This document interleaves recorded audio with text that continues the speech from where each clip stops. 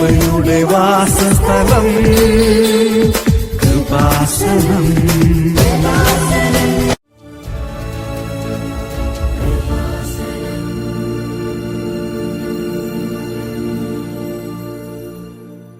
ഈശോമിശിഹായ്ക്ക് സ്തുതിയായിരിക്കട്ടെ.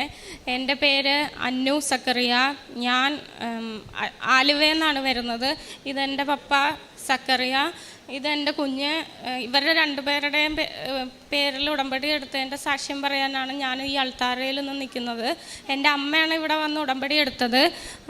ഞാൻ വിവാഹം കഴിഞ്ഞ് ഭർത്താവ് ഒത്ത് അമേരിക്കയിലാണ്. എൻ്റെ കുഞ്ഞ് അവിടെ വെച്ചാണ് ജനിച്ചത്. കുഞ്ഞ് ജനിച്ചൊരു 1.5 മാസം കഴിഞ്ഞപ്പോൾ അവൻ്റെ തലയിൽ വലിപ്പ കൂടുതൽ തോന്നി. പിന്നെ താന്നിരുന്നു ഉച്ചി നമുക്ക് തൊട്ട് നോക്കുമ്പോൾ അറിയാം ഭയങ്കരമായിട്ട് ടൈറ്റായിട്ട് വീർത്തിരിക്കുന്നു. അപ്പോൾ എനിക്കൊരു സംശയം തോന്നി. അപ്പം ഞാൻ ഹസ്ബൻഡിൻ്റെ അമ്മയോട് പറഞ്ഞു, ഇതെന്താ ഇങ്ങനെ ഇത് ടൈറ്റായിട്ടിരിക്കുന്ന എന്താ എന്നൊക്കെ ചോദിച്ചു. അപ്പോൾ ഇവർ പറഞ്ഞു ചിലപ്പോൾ കിടന്നതിൻ്റെ ആയിരിക്കും, കുഴപ്പമില്ല എന്നൊക്കെ.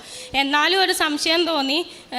ആശുപത്രിയിൽ കൊണ്ടുപോയി കാണിച്ചപ്പോൾ അവർ പറഞ്ഞു തലയിലൊരു സിസ്റ്റം ഉണ്ടായിരുന്നു, അത് പൊട്ടി അതിൻ്റെ വെള്ളം തലയിൽ കെട്ടിക്കിടക്കുകയാണെന്ന്. അപ്പം കുഞ്ഞിൻ്റെ ബ്രെയിനാണെന്നുണ്ടെങ്കിൽ ആ വെള്ളം അവിടെ തങ്ങി നിൽക്കുന്നതുകൊണ്ട് ബ്രെയിനിന് ഇരിക്കാൻ സ്ഥലമില്ലാണ്ട് അതിങ്ങനെ ഞെരിഞ്ഞിരിക്കുന്നത് അവർ നമ്മളെ CT എടുത്തപ്പോൾ കാണിച്ചു തന്നു. അന്ന് കുഞ്ഞിന് 56 ദിവസം പ്രായം ഉണ്ടായിരുന്നുള്ളൂ. അപ്പം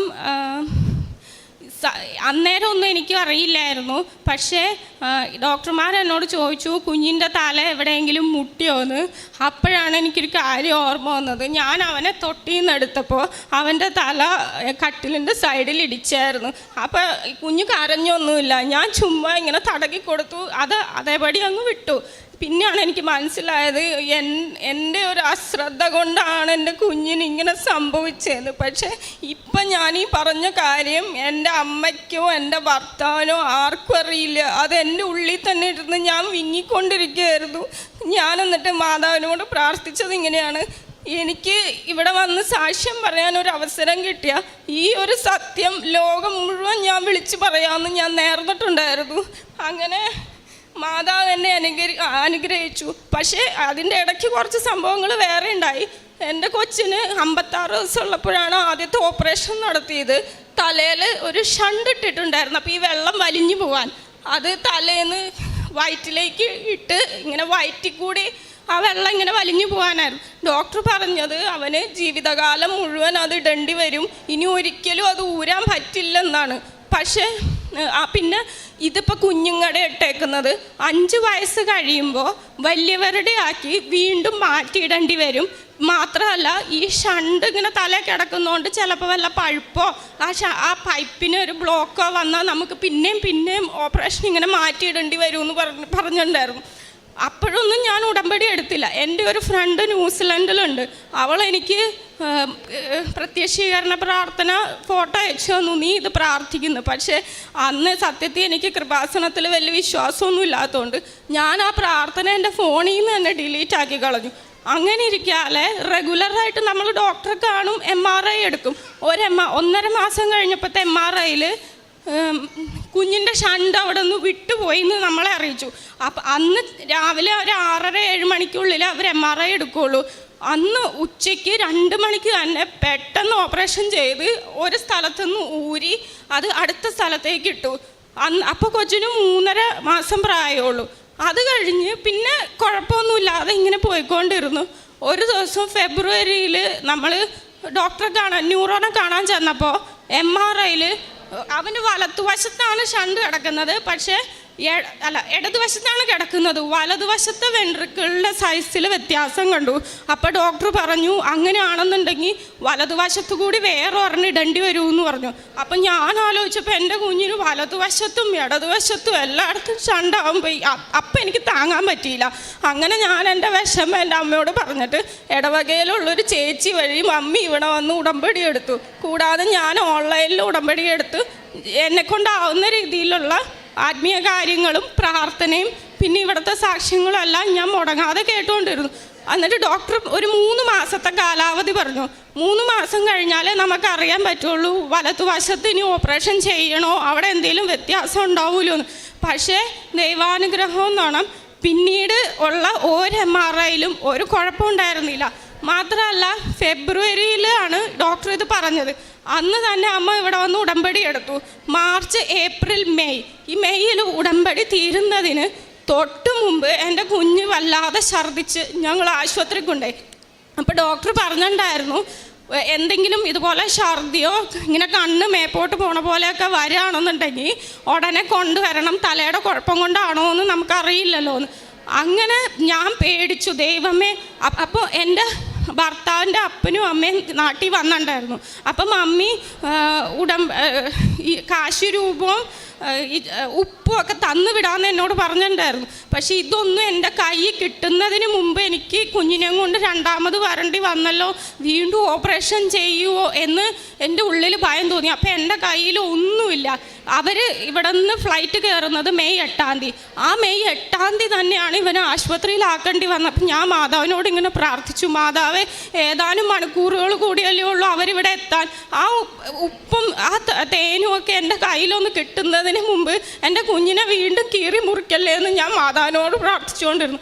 അപ്പോൾ എനിക്ക് വേറെ നിവർത്തിയില്ലാഞ്ഞിട്ട് ഞാൻ എൻ്റെ ഭർത്താവിനെ കൊണ്ട് മാതാവിൻ്റെ ഒരു ഫോട്ടോ കുഞ്ഞ് സൈസിൽ പ്രിൻ്റ് എടുത്തിട്ട് ഓരോ MRIക്ക് കയറിയപ്പോഴും നമുക്ക് കാശ് രൂപം ഇങ്ങനെ സ്വർണ്ണമൊന്നും MRIക്ക് ഇടാൻ പാടില്ല. അതുകൊണ്ട് ഒരു പേപ്പറിൽ പ്രിൻ്റ് എടുത്ത് അത് വെട്ടി അവൻ്റെ ഉടുപ്പിൻ്റെ പോക്കറ്റിലിട്ടാണ് ഞാൻ ഓരോ MRIക്കും കയറ്റി.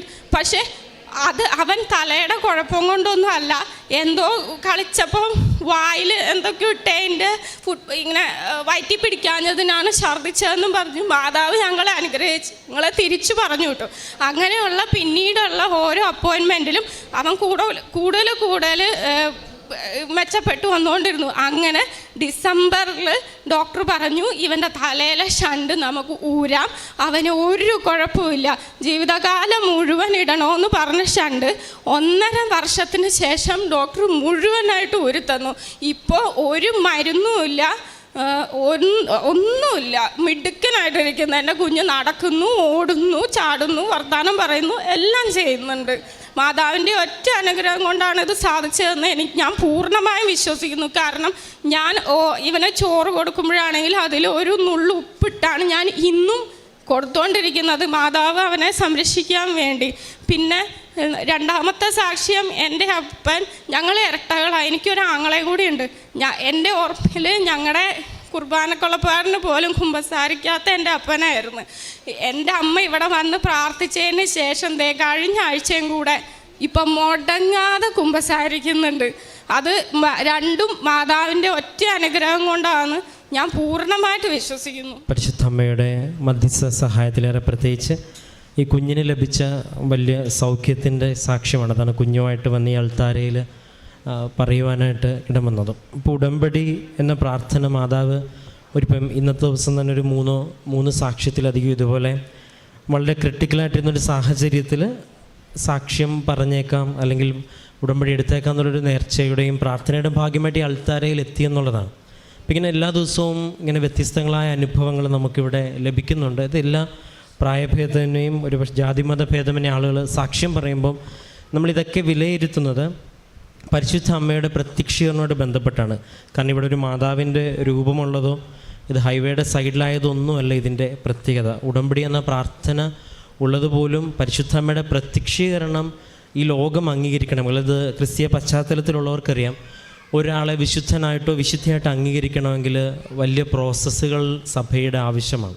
അതിന് ശാസ്ത്രത്തിൻ്റെ തെളിവുകൾക്ക് മുകളിലുമുള്ള വലിയ വലിയ അനുഭവങ്ങളും ഒപ്പം ആ വ്യക്തിയെ വിളിച്ച് പ്രാർത്ഥിക്കുന്നവർക്കെല്ലാം അനുഭവങ്ങൾ ലഭിച്ചു എന്നൊക്കെ വ്യക്തമായിട്ടുള്ള പഠനത്തിന് ശേഷം മാത്രമേ ഒരു സത്യം ലോകത്തിന് മുമ്പിൽ അത് അവതരിപ്പിക്കരുത്. അത് പരിശുദ്ധ അമ്മയുടെ അപ്പാരിഷൻ ആണെങ്കിലും അത് അംഗീകരിക്കപ്പെടണമെങ്കിൽ ഇതുപോലെ അനുദിനം അല്ലെങ്കിൽ ഇതുപോലെ വലിയ അനുഭവങ്ങൾ ഇപ്പോൾ നമ്മളെ സംബന്ധിച്ചിടത്തോളം നമുക്കിപ്പോൾ തന്നെ ആവശ്യത്തിലേറെ അനുഭവ സാക്ഷ്യങ്ങളും അതും എല്ലാ വിഭാഗത്തിൽ നിന്നുള്ളവരും പറയുന്ന ഓരോരിടം ഇത് മാത്രമാണ്. ഒരു പക്ഷേ ബാക്കിയുള്ള ഇടങ്ങളിൽ ലൂർദാണെങ്കിലും ഫാത്തിമയിലും പരിശോധിക്കുമ്പോൾ അവിടെ എല്ലാ മതത്തിൽ നിന്നുള്ളവരുടെ ഒരു അനുഭവ സാക്ഷ്യങ്ങൾ അതിന് പറയാനായിട്ടില്ല. പക്ഷേ ഈ ഒരിടത്ത് മാതാവ് പ്രത്യക്ഷീകരണത്തിന് വേണ്ടി ഇവിടെ കൊണ്ടുവരുന്നത് അവിടെയുള്ള ആൾക്കാർ പോലും ഇവിടെ വന്ന് സാക്ഷ്യം പറയാൻ തക്കവിധം അനുഭവങ്ങൾ ഇവിടെ ലഭിക്കുന്നുണ്ട്. നിങ്ങൾ സാക്ഷ്യങ്ങൾ പരിശോധിക്കുമ്പോൾ മനസ്സിലാവും. കാരണം അത്രത്തോളം ഈ ഒരു വിശ്വാസ സത്യത്തെ ലോകത്തിന് മുമ്പ് വിളിച്ചു പറയുവാനായിട്ട് ഇന്ന് ഒരുപാട് പേര് മുന്നിട്ടിറങ്ങുന്നത് പോലെ ഒരുപാട് പേര് ഇനിയും മുന്നോട്ട് വരാനായിട്ട് ഇരിക്കുന്നുണ്ടെന്നുള്ളതാണ്. അപ്പോൾ ഈ കുഞ്ഞിന് ലഭിച്ച ആ വലിയൊരു ദൈവിക ഇടപെടലിന് ഉടമ്പടിയിലെ കാര്യങ്ങളൊപ്പം അപ്പച്ചൻ്റെ കാര്യവും പറയുന്നുണ്ട്. ഇപ്പോൾ ഇതിലെല്ലാം ഒരു വിശ്വാസത്തിൻ്റെ മാറ്റമാണ് സംഭവിക്കുന്നത്. ഇപ്പം ഒരു വ്യക്തി ഇപ്പോൾ ഒരുപക്ഷെ ഇവിടെ വിശ്വാസം ഇല്ലാതിരുന്ന ഒരാൾ പിന്നീട് ഉടമ്പടി എടുത്ത് ഇവിടെ തന്നെ അൾത്താരയിൽ കയറി വിശ്വാസത്തിൻ്റെ സാക്ഷ്യം പറയാനായിട്ട് ദൈവം ഇടവരുത്തിയത് അമ്മയുടെ പ്രത്യക്ഷീകരണത്തിൻ്റെ ഭാഗമായിട്ടും, രണ്ടാമത്തെ അതേ ഉടമ്പടിയിൽ ഒരാൾ പൂർണ്ണമായിട്ടും ഒരു വിശ്വാസത്തിൻ്റെ ഒരു കൂദാശ ജീവിതത്തിലേക്ക് കടന്നു വരുന്നതെല്ലാം ഇതിൻ്റെ ഒരു ഭാഗം. അപ്പോൾ ഒരു ഹോളിസ്റ്റിക് ആയിട്ടുള്ള ഒരു വ്യക്തിയുടെ പൂർണ്ണമായിട്ടൊരു മാറ്റമാണ് ഉടമ്പടിയിൽ സംഭവിക്കുന്നത്. അത് സാക്ഷ്യങ്ങൾ പരിശോധിക്കുമ്പോൾ വ്യക്തമാണ്. ഏറെ പ്രത്യേകിച്ച് ലഭിച്ച ആ വലിയ സൗഖ്യത്തിനെ പ്രതിയും എല്ലാ അനുഭവങ്ങളെയും പ്രതി നമുക്ക് കരങ്ങളടിച്ച് ദൈവത്തിൻ്റെ നാമം മഹത്വപ്പെടുത്താം. അത്യപൂർവ ദൈവാനുഭവങ്ങൾ ഇനി നിങ്ങൾക്കും സ്വന്തം. ഈ യൂട്യൂബ് ചാനൽ ഇതുവരെ സബ്സ്ക്രൈബ് ചെയ്തിട്ടില്ലെങ്കിൽ ഇപ്പോൾ തന്നെ സബ്സ്ക്രൈബ് ചെയ്യുക. ഈ വീഡിയോ ഇപ്പോൾ തന്നെ നിങ്ങളുടെ സുഹൃത്തുക്കൾക്ക് ഷെയർ ചെയ്തുകൊണ്ട് കർത്താവിൻ്റെ പ്രേക്ഷിതരാകുക.